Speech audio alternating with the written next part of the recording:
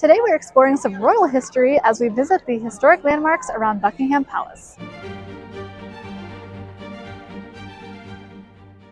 We are traveling along the Mall in the city of Westminster and learning about some of the main points of interest along the way. I'm super excited for this, especially as an American who's never been here before. I'm expecting a lot of elegance. I'm expecting it to be very crowded, so we'll see. Let's start at what technically should have been the beginning of this whole area.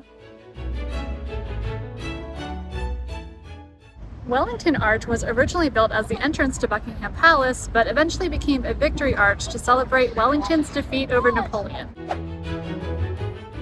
It never actually became the entrance to Buckingham Palace though, because Queen Victoria and Prince Albert created an east wing of Buckingham Palace, which made this archway way too close. So eventually what they did was they dismantled this whole archway and then relocated it to right here. Speaking of Buckingham Palace, we're going to go there now.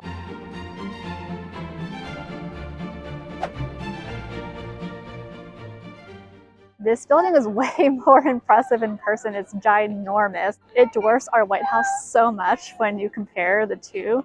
And I love all the gold trimming on the gate. It's just absolutely stunning. Buckingham Palace was built in 1703 as a fancy townhome for Duke of Buckingham. The first monarch to live here was Queen Victoria in 1837. When the Union Jack is flown, it means that the king is elsewhere. So the Union Jack is on there today, so the king's not here. It feels so weird to say that King Charles lives here now instead of Queen Elizabeth, because I'm just so used to saying Queen Elizabeth.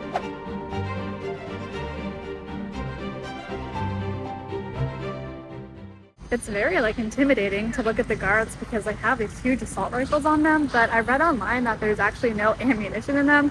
It's just all a front to seem scary, like you don't want to mess with them. They actually volunteer to stand here all day and guard Buckingham Palace. It's a huge honor.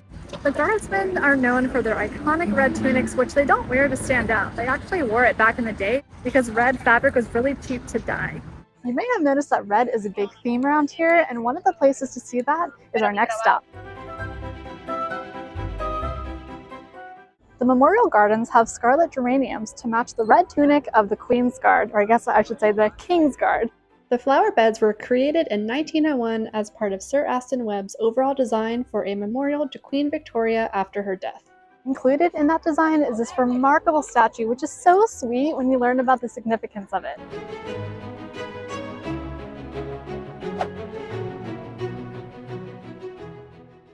The monument includes statues representing courage, constancy, victory, charity, truth, and motherhood.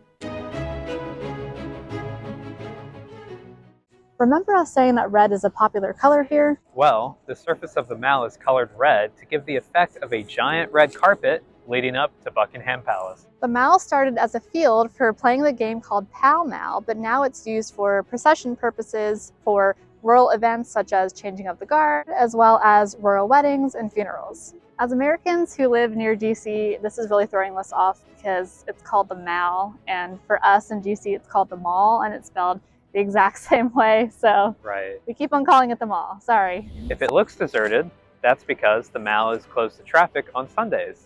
And today is Sunday, so we picked a good day to visit. We're working our way backwards here, but we're at the Admiralty Arch right now, which is technically the beginning of the Mall. It was commissioned by King Edward VII in memory of his mother, Queen Victoria, although sadly King Edward did not actually see it in its completion because it was completed after he passed away. Beneath the building are a series of tunnels and vaults that are used to house the government archives. Rumor has it there's an underground passage that connects Admiralty Arch to the Prime Minister's residence. England, you are impressive. This whole area is amazing. As an American, it was really fascinating to be here in person and see these landmarks up close that I've only ever seen on a TV screen or a computer screen. There's so much detail in every single component, whether it's a building or a statue or flowers in a flower bed.